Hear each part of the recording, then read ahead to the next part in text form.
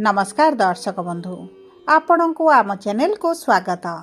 आज कार्यक्रमटी समस्त कुंभ राशि व्यक्ति विशेषों बहुत अधिक गुरुत्वपूर्ण रही कारण यही भिडियो रे आपणकर संपूर्ण फेब्रुआरी मासटी किपरि कटिब एवं कौन परिवर्तन आसिब आपणक जीवन रे ता सहित ग्रह मानकर गोचर केमिति रहिब आपणक पई एही फेब्रुआरी मासरे ता सहित केउ क्षेत्र रे अधिक परिवर्तन आसिब एही भिडियो रे विस्तृत भाव रे आलोचना करिबा एवं आपणकर राशि कुंभ हेले मध्य आपणकर नक्षत्र अनुଯାୟୀ शुभ प्रभाव पड़िबो ना अशुभ प्रभाव पड़िबो एवं तार कौन रही प्रतिकार आपणकर अशुभत्व को दूर करिबा पई शुभाशुभ फल को वृद्धि करिबा पई एही वीडियो रे छोट छोट डिटेल र सहित विस्तृत भाव रे आलोचना करिबा।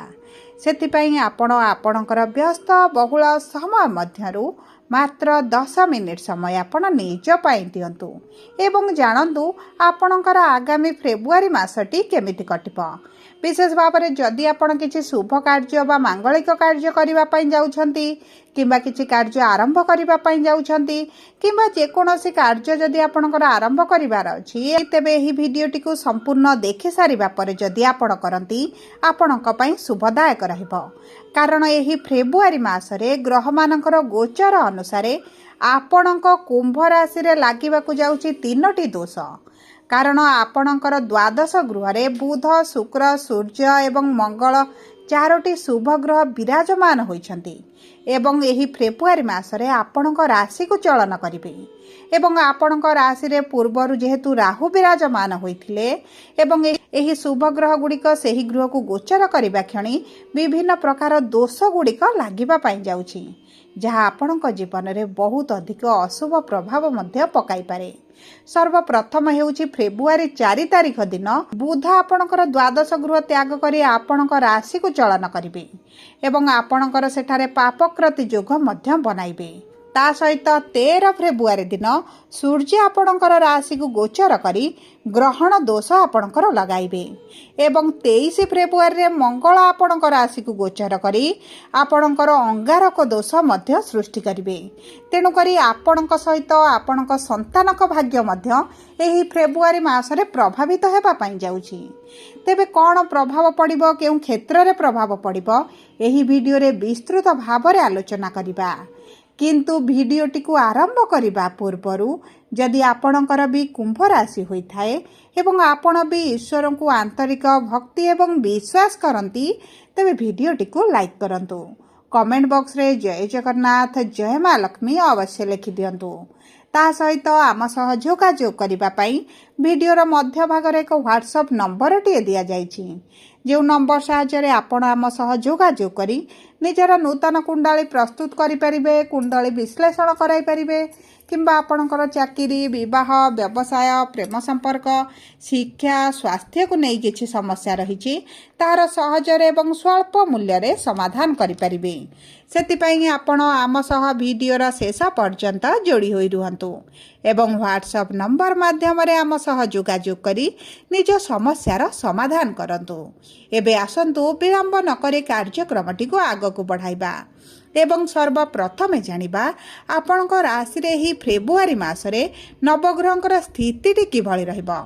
देखंतु आपणक प्रथम गृह रे बा आपणक राशि रो लग्न भाग रे राहु विराजमान करिसंती द्वितीय भाव रे शनि पंचम भाव रे देवगुरु बृहस्पति सप्तम भाव रे केतु एवं द्वादश भाव रे बुध शुक्र सूर्य एवं मंगल विराजमान करिसंती। तेबे सर्वप्रथमे जानिबा आपणक कर्म क्षेत्र एही फेब्रुआरी मासरे किभଳି प्रभावित हेबा पाई जाउची।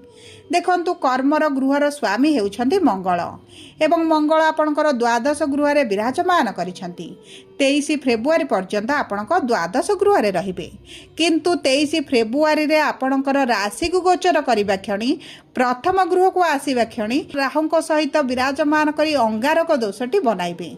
तेणुक आपणकर जदि कर्म संबंधित किसी बड़ निष्पत्ति नेबार अच्छी तेबे आपण 23 फेब्रुआरी पूर्व नेले आपण अति उत्तम रहिबो।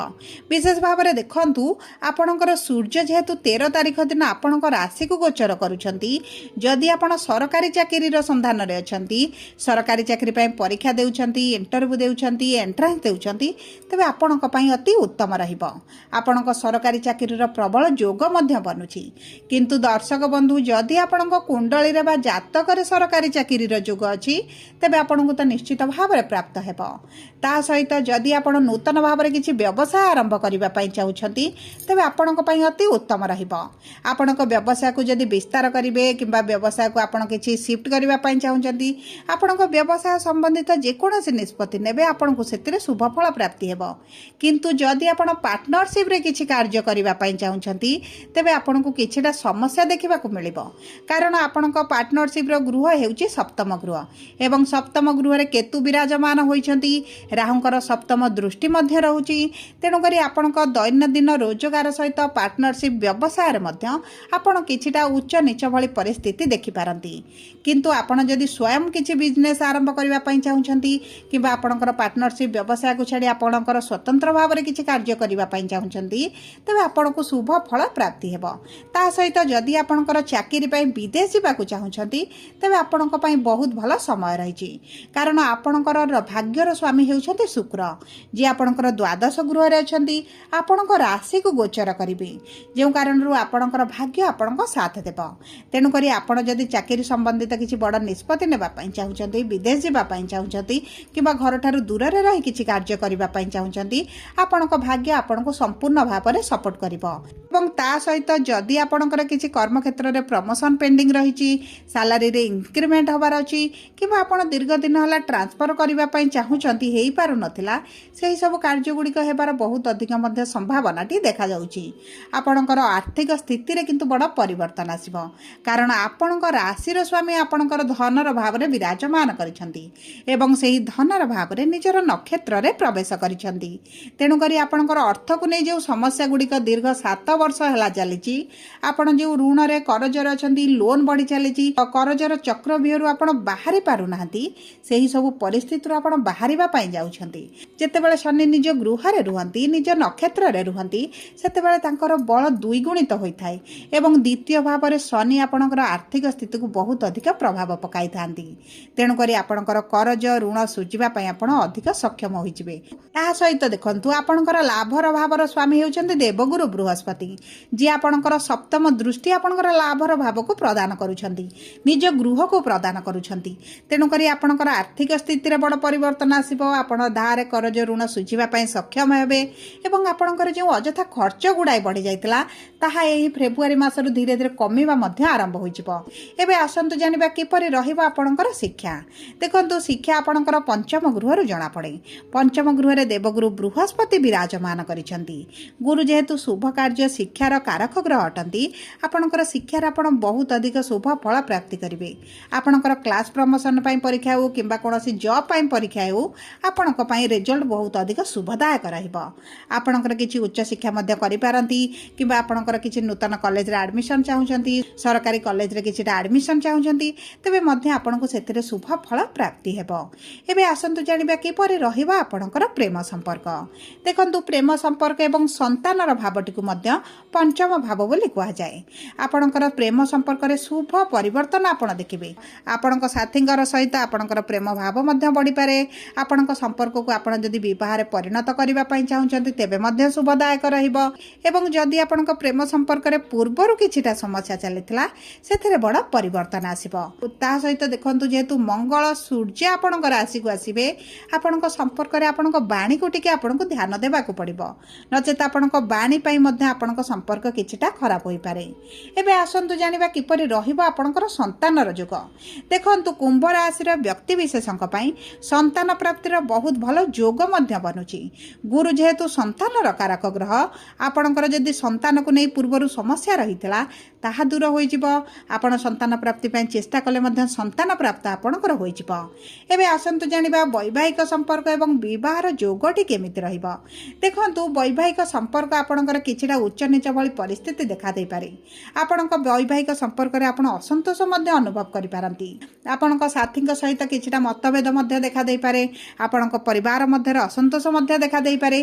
किंतु देखंतु जदि आपणकर विवाहर जोग को देखिबा तेबे विवाहर जोग आपणकर बहुत भल रहिबो, कारण शुक्र आपणकर आसिक आसुचंती, मंगल मध्य आसुचंती, तेणुकर विवाहर बहुत भल जोग बनाइबे। जदि आपणकर पूर्वर विवाह फिक्स होई रहिछि तेबे विवाह मध्य होई पारे, किंबा आपणकर जदि विवाह पाई मनपसंदर प्रस्ताव आसु नथिला तेबे ताहा मध्य आपणकर आसी पारे। एबे आसंतु जानिबा किपरि रहिबा आपणकर स्वास्थ्य। देखंतु स्वास्थ्य आपणक प्रथम गृहरु जणा पड़े, एवं प्रथम गृहरे जेतेबेला राहुଙ୍କ सहित 4टी ग्रह एकत्र रहिबे, विभिन्न प्रकार दोष सृष्टि करिवे। आपणक स्वास्थ्य रे आपण उच्च नीच भली परिस्थिति मध्य देखि पारंती। आपणकर स्किन रिलेटेड समस्या बाहरी पारे, पेटरे गैस डाइजेशन समस्या बाहरी पारे, किंतु सब परे आपणकर खाद्य पानीय को बहुत भाबरे दायित्व नियंतु, नचेत आपणकर फूड पॉइजनिंग होई पारे, चर्बी वृद्धि पाई मध्य किछटा समस्या देखा देई पारे। सब परे आपणकर अशुभत्व को दूर करिबा पाई, शुभाशुभ फल को वृद्धि करिबा पाई आपण प्रतिदिन शनिकर बीज मंत्र 108 थर पाठ करंतु एवं संध्या समय पाठ करंतु, कारण शनि हेउचंते आपणकर राशिर स्वामी। ता सहित आपणकर शनिकर 7.5 मध्य चलीची, एवं जे मानकर धनिष्ठा कुंभ राशि 23/11 आपणकर नक्षत्र अधिपति होउचंती मंगल, एवं मंगल आपणकर 23 तारिख रु जेहेतु अंगारक दोष बनाइबे, आपणकर मंगलकर बीज मंत्र पाठ करंतु, हनुमान चालीसा पाठ करंतु। जदि आपणकर शतभिषा कुंभ राशि 24/11 आपणकर नक्षत्र अधिपति हेउचंती राहु, जे आपणकर राशि रे विराजमान करिसंती। आपण राहुंकर बीज मंत्र पढ़िबा सहित कुकुरंगु किछिटा खाद्य दियंतु। प्रातः समय सूर्य को मध्य जल अर्पण करंतु। ता सहित जदि आपणकर पूर्व भाद्रपद कुंभ 25/11 आपणकर नक्षत्र अधिपति हेउचंती देवगुरु बृहस्पति। आपण प्रतिदिन गुरुंकर बीज मंत्र पाठ करंतु। आपण गुरुवार दिन हलदी रंगर खेचड़ी बनाई मध्य गरीब लोकंकु दान करि पारंती। सूर्य को जल अर्पण करंतु। ता सहित आपण गोमातांकर सेवा करंतु। आपणक पई अति शुभदायक रहिबो।